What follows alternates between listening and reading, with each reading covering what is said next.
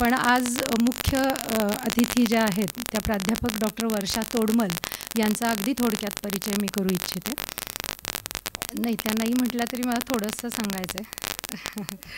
आजच्या मुलाखत घेणाऱ्या आपल्या मृदू मुलायम स्वभावानुसारच मुलायम आवाजात मुलाखत घेणारी आमची मैत्रीण डॉक्टर वर्षा ही कॉन्टिनेंटलच्या श्रुत परिवारापैकी एक आहे.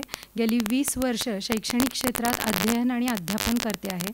स्त्री साहित्य, संत साहित्य, बालसाहित्य हे तिचे संशोधनाचे विषय आहेत. स्वतंत्र ही पुस्तकं तिची खूप आहेत. छत्रपती शिवाजी महाराजांच्या स्वराज्य स्थापनेत संत तुकारामांचे साहित्यिक योगदान हा सावित्रीबाई फुले पुणे विद्यापीठ UGC अनुदान प्राप्त संशोधन प्रकल्प तिच्या 2014 साली तिने पूर्ण केलेला आहे. राष्ट्रीय आंतरराष्ट्रीय परिसंवादांमध्ये सहभाग आहे. तसेच शोध निबंध तिचे प्रकाशित आहेत. 30 राज्यस्तरीय, 20 राष्ट्रीय चर्चासत्रात सक्रिय सहभाग आणि 30पेक्षा जास्त शोध निबंधांचे चर्चासत्रात सादरीकरण केलेले आहे. तिने दृकश्राव्य माध्यमांसाठीच्या काही महत्त्वाच्या मुलाखती देखील घेतलेल्या आहेत. सुप्रसिद्ध कवी नादू महानोर, फ्रान्सिस जिब्रेटो, सामाजिक कार्यकर्ते अनिल अवचट गावडे, सुप्रसिद्ध गीतकार प्रवीण दवणे, निवेदक सुधीर गाडगे, म्हणजे मुलाखतकारांच्याच मुलाखती हे एक तिचं वेगळेपण आहे. अशा सगळ्यांच्या तिने मुलाखती घेतलेल्या आहेत. अनेक चर्चासत्र, व्याख्यानमाला, संमेलनं यामध्ये सहभाग आहे. तिच्या लेखनाचाही सहभाग आहे. साहित्य अकादमीने आयोजित केलेल्या चर्चासत्रात गीता रहस्य आणि लोकमान्य टिळकांचा सांस्कृतिक विचार याच्यावरती शोध निबंधांचं तिचं सादरीकरण 2021 साली झालं. तसंच पुणे आकाशवाणीवर अनेक कार्यक्रमांची संहिता तिने लेखन, संपादन आणि बांधणी केलेली आहे. सूत्रसंचालन, काव्य वाचन, अभिजात आणि लोक असे कोशवाङ्मय कार्यशाळा आणि अभिवाचनाचे कार्यक्रम असे तिच्या लेखी नमूद आहेत. नंतर तिसरे अखिल भारतीय संत संमेलन वगैरे तिची संमेलनं, मुलाखती आणि तिचे शोध निबंध याला यादी आहे. त्यामुळे काही निवडक पुरस्कार, सन्मानपदं मी फक्त मेन्शन करू इच्छिते. कविवर्य विंदा करंदीकर हा काव्यलेखन पुरस्कार नाशिकचा 2000 साली तिला मिळाला. मनशक्ती प्रयोग केंद्र लोणावळा हा तिचा एक हळवा कोपरा आहे. सहयोगी प्राध्यापक आणि मराठी विभाग प्रमुख बाबासाहेब गरवारे कॉलेज, कर्वे रोडला ती HOD आहे. जयकर व्याख्यानमालेच्या माध्यमातून युवक, पालक, शिक्षक आणि समाजातील वंचित घटकांपर्यंत सकारात्मक विचार ती पोचवते. ॲक्च्युली मनशक्ती सर्वांना परिचित आहेच. मनशक्ती लोणावळा हेच काम करतं की सकारात्मकता समाजात कशी पसरवावी आणि त्यात हिचा अत्यंत धडाडीचा सहभाग आहे. त्यामुळे अनेक व्याख्याने आणि ही तिच्या निरीक्षण आणि तिच्या सहवेदनेतून व्यक्त झालेली आहे. एवढं करून मी आजच्या अतिथी डॉक्टर तोडमल यांना विनंती करते की त्यांनी व्यासपीठावर स्थानापन्न व्हावं आणि सोबत लेखिका प्रियांका कर्णिक हिला सुद्धा व्यासपीठावर बोलवते.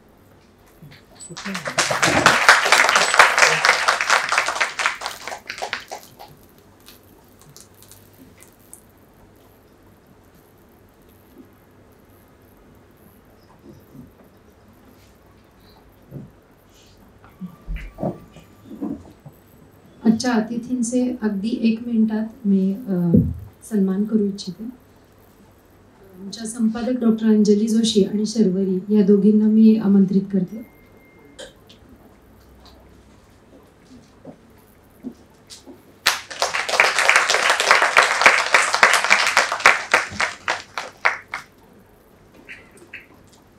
आजच्या लेखिका प्रियांका कर्णिक.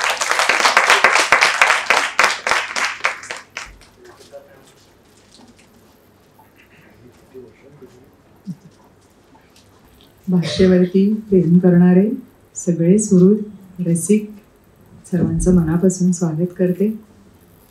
सर्वात प्रथम कॉन्टिनेंटल प्रकाशन अर्थात मेहाना प्रकाशनाचे आदरणीय कैलासवासी अनिरुद्ध अनंत कुलकर्णी यांच्या स्मृतीला अभिवादन करून आपण कार्यक्रमाला सुरुवात करूया. तैत्तरोपनिषदामध्ये याज्ञवल्क्याला जनकाने असं विचारलं होतं की सूर्य अस्ताला गेल्यावर आणि सर्वत्र अंधार पडल्यावरती कोण प्रकाश देतं. त्यावरती याज्ञवल्क्याने जनकाला असं म्हटलं होतं, सूर्य अस्ताला गेल्यावर आणि सर्वत्र अंधार पडल्यानंतर भाषा प्रकाश देते. त्याचं कारण काय तर सूर्य अस्ताला गेल्यावर अंधार पडला तरी सुद्धा कानांनी भाषा ऐकू येते आणि आपण कृती करू शकतो. आणि म्हणून ज्ञानोबा माऊलींनी सुद्धा असं म्हटलेलं आहे, जैसे बिंब तरी पचके बडे परिप्रकाश त्रैलोक्य थोकडे. म्हणजेच भाषा हा प्रकाश आहे हे उदाहरण ज्ञानोबा माऊली तेव्हापासून देत आहेत. ज्ञ हे वर्णमालेतलं शेवटचं अक्षर अवघडात बसलेल्या आजोबांसारखं. या ज्ञला शेतमळ्यातल्या शेतकऱ्यानं चौरंगावरती बसून ज्ञ करून टाकलं आणि ज्ञानबा तुकारांचा जो घोष आहे तो 12व्या शतकापासून चालू आहे. याच ज्ञानोबा माऊलींनी या भाषेचा जो प्रकाश आहे तो आपल्यापर्यंत पोहोचवला. आणि हे सगळं सांगण्याचं कारण आपली जी भाषा आहे ती ऑक्टोबर 2024 मध्ये अभिजात भाषेचा दर्जा तिला मिळालेला आहे. आणि म्हणून मराठी भाषा अभिजात झाली आणि आज 21 फेब्रुवारी जागतिक भाषा दिन आहे. आणि म्हणून ज्ञानोबा माऊलींना सुद्धा एक कृतज्ञतापूर्वक नमस्कार. आणि अर्थात आजची उत्सवमूर्ती प्रियांका कर्णिक. प्रियांका या शब्दामध्येच भरपूर प्रेम आहे आणि तिच्या प्रेमापोटी तुम्ही सगळेजण इथे आलेले आहात. आणि खरं तर सावल्या कादंबरीची ही बहुचर्चित लेखिका म्हणून सगळ्यांना ठाऊकच आहे. पण 2014 पासून आत्तापर्यंत 10 वर्षांच्या कालावधीत अर्थात 1 दशकामध्ये तिने भरपूर लेखन केलेलं आहे. हे लेखन अतिशय मनस्वी असलं तरी सुद्धा हेतुपूर्वक तिने ते काम केलेलं आहे. एका अर्थानं तिने आपल्या अभिजात भाषेची सेवाच केलेली आहे. आणि म्हणून आज हा तिहेरी योग जुळून आलेला आहे. आणि आज तिच्या या मुलाखतीसाठी आपण सगळे जमलोय. पुनश्च सर्वांचं स्वागत करते. कॉन्टिनेंटलच्या अमृता कुलकर्णी, तिचे पण आभार की तिने हा सगळा योग जुळवून आणलेला आहे. आणि आपण मुलाखतीला सुरुवात करणार आहोत. तर एकूणच प्रियांकाची जी कारकीर्द आहे ती या हळव्या कोपऱ्यातून झालेली आहे. त्यानंतर तिच्या सावल्या, मोक्ष, अवकाश, पेलताना आणि भवचक्र असा सगळा प्रवास आज आपण जाणून घेणार आहोत. त्यामुळे सुरुवातीला मी या प्रतिभासंपन्न अशा लेखिकेला असं विचारेन की या ललित लेखांची जी उर्मी आहे त्याची सुरुवातच मुळात कशा पद्धतीनं झाली? नमस्कार. हळव्या कोपऱ्यातनं हा जो तो शब्द वापरला तुम्ही तो अगदी चपकल आहे. झालं असं की मुळात लेखन जे मी करायला लागले तेच 40शी नंतर करायला लागले. म्हणजे सुरुवातीला मलाच माहिती नव्हतं की आपण लिहू शकतो आहे. पण आई केली. साधारण हे 40शीच्या पुढे झालं.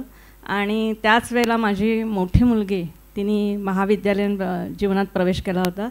एकीकडे आपण पोरके झालो आणि ज्या कोशाभोवती मी फिरत होते त्याच्यातनं त्या कोशातनं मुलं बाहेर आली आणि मी तिथेच राहिले. तर त्या दोन्हीतनं आलेलं जे हळवेपण होतं त्याच्यातनं मला वर्षानुवर्ष काही ज्या भावना मनात साठून राहिलेल्या त्या बाहेर आल्या. आणि त्याच्यातनं माझे काही लेख जन्माला आले जे मी पण हळवेमध्ये आहेत. त्याच्यात 2 कथा पण आहेत. त्याच्यातनं माझा पहिला ललित लेख कथासंग्रह आहे तो जन्माला आला. अगदी. कारण ललित गद्य हा एक वेगळा वाङ्मय प्रकार आहे. कादंबरी, कथा याच्यापेक्षा ललित गद्याला एक 150 वर्षांची आपल्याकडे एक छान परंपरासुद्धा आहे.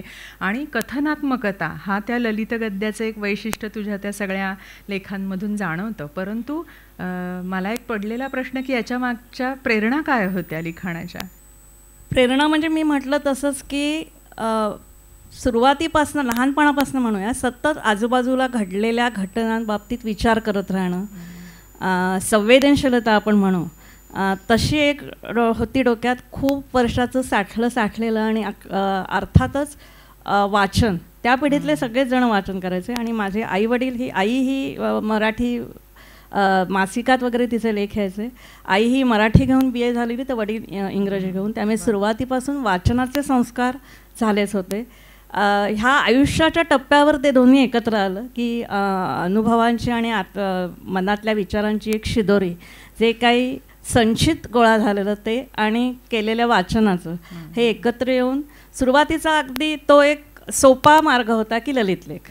त्याच्यामुळे ते ललित लेखाच्या स्वरूपात बाहेर पडलं. आणि मग त्यानंतर तू कादंबरीच्या वाङ्मय प्रकाराकडे वळलेली दिसते. कादंबरीचं असं झालं की ते त्याच्यातनंच ललित लेखाचं जेव्हा मी पण हळवेचं जेव्हा प्रकाशन झालं बरोबर 2014 साली, म्हणजे 10 वर्ष झाली कॉन्टेंटर प्रकाशनाने कादंबरी केली प्रकाशित प्रकाशकाने, त्यावेळेला मंगला गोडबोले अध्यक्ष म्हणून होत्या. त्यांनी माझे जे ललित लेख आणि शेवटच्या 2 कथा होत्या त्या संग्रहात, तर त्यांनी मला असं सांगितलं त्यावेळेला अध्यक्षस्थानी असताना की प्रियांका तू खूप कादंबरी छान लिहू शकशील, तर तू कादंबरी लिहिण्याचं म्हणजे मनावर घ्यायचं. त्यांनी मला मंगला गोडबोलेंनी सांगितलं आणि माहीत नाही म्हणजे त्या वेळेपासून मी त्या दृष्टीने विचार करायला लागले की आपण खरंच कादंबरी लिहून बघावी खरोखर. आणि त्याच्यातनं पुढे सावल्याचं आपण बोलूच त्याच्यावर. पण ललित लेखातून मी थेट कादंबरीकडे वळले. खरं मधला कथासंग्रहाचा टप्पा मी गाळला, म्हणजे मी थेट कादंबरीकडे वळले.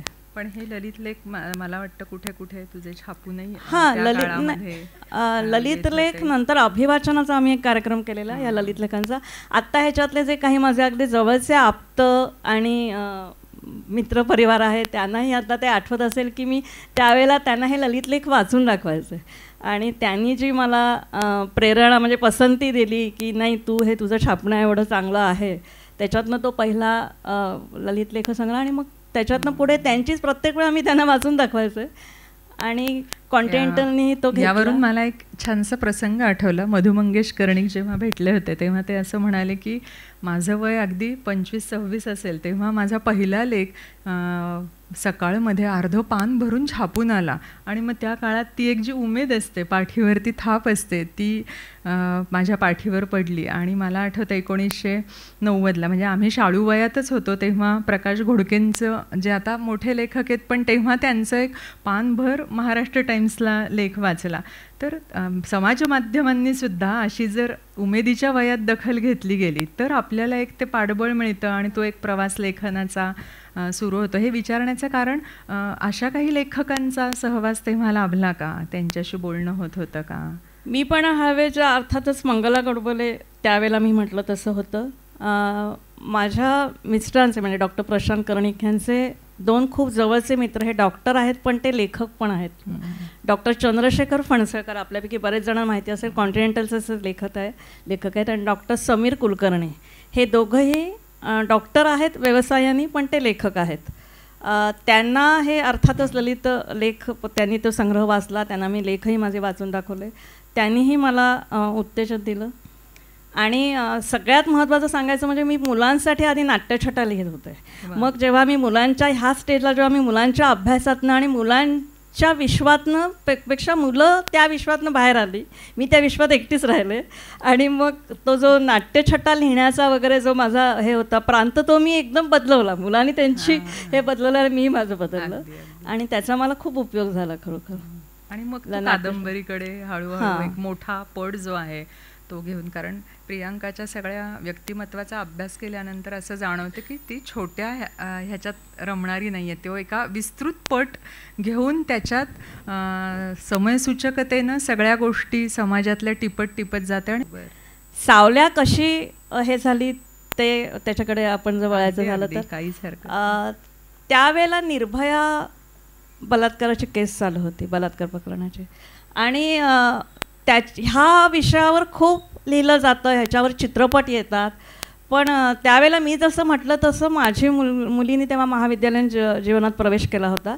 मी थोडंसं वेगळ्या दृष्टीने त्या प्रश्नाकडे बघितलं की त्या प्रश्नावर लिहिणारे खूप आहेत.